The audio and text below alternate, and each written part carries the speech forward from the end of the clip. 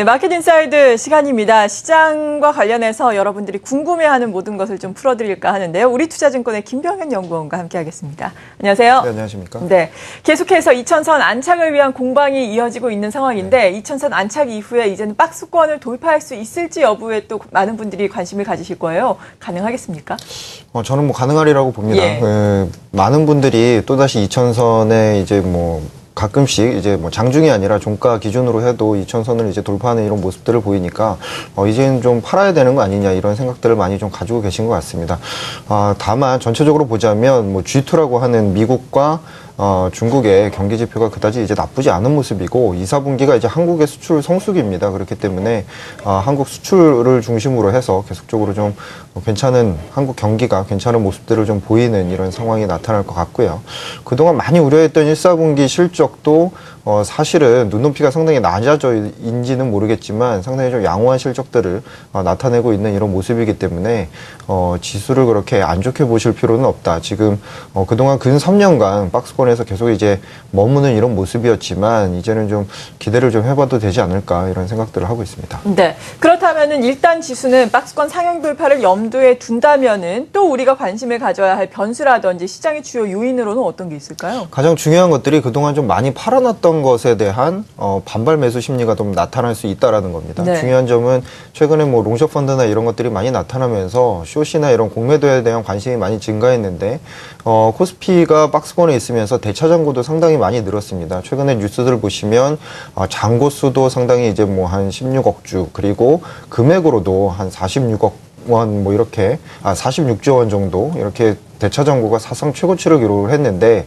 만약에 코스피가 박스권을 돌파를 하고 그 다음에 2000선에 안착하는 좀 견조한 흐름들을 좀 나타내는 모습들을 보인다면 이렇게 급증한 대차 잔고에 대한 그러한 좀 반발 매수세, 그러니까 대차 잔고가 다시 이제 줄어드는 이런 효과들을 좀 나타날 수 있을 거다라고 예상을 하고 있습니다. 물론 대차 잔고가 증가하면서 주가도 같이 올라가는 이런 종목들이 있지만 아직까지는 또 바닥권에서 여전히 형성되어 있는 이런 종목들이 좀 있기 때문에 이러한 쪽에도 관심을 많이 가지시는 것이 좋을 것 같습니다. 네, 그러니까 대차 잔고가 지금 사상 최고치까지 올라가 있는 상황인데 대차 잔고 숏 커버링을 우리가 또 관심 있게 지켜보면서 대응 전략을 짜야 한다라는 말씀이신데 네. 근데 이렇게 최근에 대차 잔고가 일단 사상 최고치까지 간 배경에 대해서도 알면 좋을 것 같은데요. 특별한 이유가 있을까요? 가장 중요한 것이 뭐 롱숏 펀드라든지 헤지 펀드 활성화라든지 네. 뭐 그 금융권 그 금융주에 대한 공매도 제한 조치 완화 이런 뭐 규제적인 조치들이 여러 가지가 복합적으로 이제 나타난 그런 결과라고 할 수가 있겠습니다. 롱숏 펀드가 지금 설정액을 보면 한 2.5조 원 정도 됩니다. 그러니까 2013년 연초에 보면 거의 이제 제로 수준에서 상당히 많이 증가를 했고 2014년 기준으로만 봐도 펀드가 한 13개 정도가 설정이 됐고 뭐 한 1조 원 정도가 들어오는 등의 뭐 상당히 그렇죠. 이제 좀 활발한 이런 모습들이 보이고 있고 최근에 뭐 ARS, ELS라는 뭐 상품도 많이 이제 가입을 하시는 것 같은데 그것도 또한 롱숏 펀드 뭐 이런 쪽의 일종이기 때문에 숏에 대한 니즈들이 많이 좀 나타났다라는 점이 가장 이제 큰 모습이다라고 볼 수가 있겠습니다.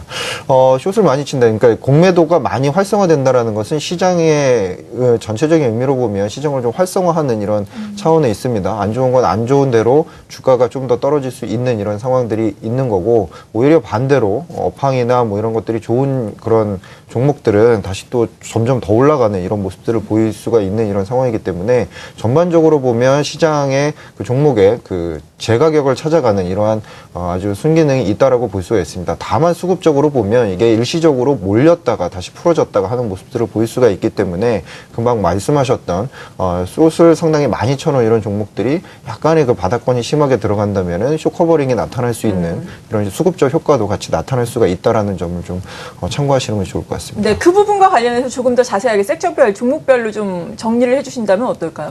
제가 한 뭐 7개 종목 정도를 이제 그 판단을 해봤는데 최근에 좀 보면 뭐 어떤 기업은행이라든지 SK이노베이션, 포스코라든지 삼성물산 이러한 종목들이 그 최근에 대차 잔고가 상당히 이제 늘어난 상황에서 주가는 여전히 바닥권에서 그렇게 크게 움직이지 않는 모습들을 좀 보이고 있습니다. 이러한 종목들은 물론 업황이 좀 안 좋았던 이런 종목들이기 때문에 당연히 공매도도 많았고 대차장고도 늘었지만 이러한 것들이 가격들이 상당히 좀 싸져 있는 상황이기 예. 때문에 가격 메리트가 좀 나타나면서 주가가 반등한다면 쇼커버링도 충분히 가능하다라고 보고 있습니다. 네, 그러니까 개인들의 입장에서는 이러한 쇼커버링을 좀 염두를 해두면서 이런 종목의 저가 매수의 관점에서도 그렇죠. 접근할 수 있다는 네네. 것이죠. 네, 이렇게 대차장고 급등에 따른 우리의 대응 전략에 대해서 알아봤는데 이 밖에도 우리가 주의를 해서 봐야 할 변수들로는 어떤 게 있다고 보세요? 다음 주 보시면 이제 FOMC가 있고요. 예. 미국 1사분기 GDP 발표가 있습니다. GDP는 당연히 안 나올 것이 당연합니다. 뭐 한 1% 정도 예상을 하고 있는 이런 상황인데, 네. 뭐 지겹게 들으셨겠지만 미국의 한파 영향이 있었기 때문에 1사분기 GDP는 상당히 그렇게 뭐 좋지는 않을 거다. 다만 최근에 이제 소비자 심리 지수나 뭐 산업 생산이나 3월 이후의 데이터들을 보면 2, 4분기는 상당히 좋아질 수 있다라는 점.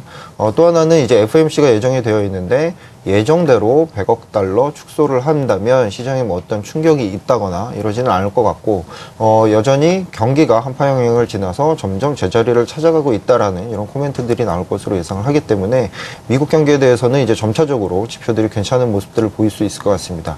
또한 어제 이제 발표된 중국 PMI를 보면 예상치와 거의 유사하게 이렇게 나왔는데 결국에는 미니 부양책을 계속적으로 시행을 하고 있고 중국 경기도 어느 정도 바닥을 다지는 모습을 보이고 있는 상황이기 때문에 G2에 대한 경기가 점차적으로 나아지고 있다는 점, 그 안에서 자금들이 신흥국에 대해서 조금씩 이제 들어가고 있다는 점, 뭐 이런 것들을 감안했을 때 5월 주 시장이 그렇게 나쁘지만은 않을 것 같다라고 보고 있습니다. 네, 이에 따라 전반적으로 지수는 결국에는 박스권을 상향 돌파할 수 있을 것이고 여기에 따라서 투자의 아이디어를 얻어본다면은 대차장고가 급증함에 따라서 쇼커버링이 들어올 수 있는 종목으로 바닥권 매수를 시도해도 괜찮을 것이다라고 말씀해 주셨는데 네. 이 밖에 관심 가질 업종군이라든지 종목에는 어떤 게 있을까요? 아까 전에 이제 제가 말씀드렸던 게 처음에는 이제 약간 수급적인 이런 그 단기 바닥권에 있는 종목들을 좀 잡아가시라. 뭐 그렇게 본다면은 뭐 건설이라든지 뭐 이러한 쪽이 좀 들어갈 수 있겠고요. 그 외로 보면 아까 제가 초두에 말씀드린 것처럼 그 G2의 경기 모멘텀이 괜찮아지면서 2, 4분기가 한국 수출의 성수기다라는 점을 좀 감안했을 때는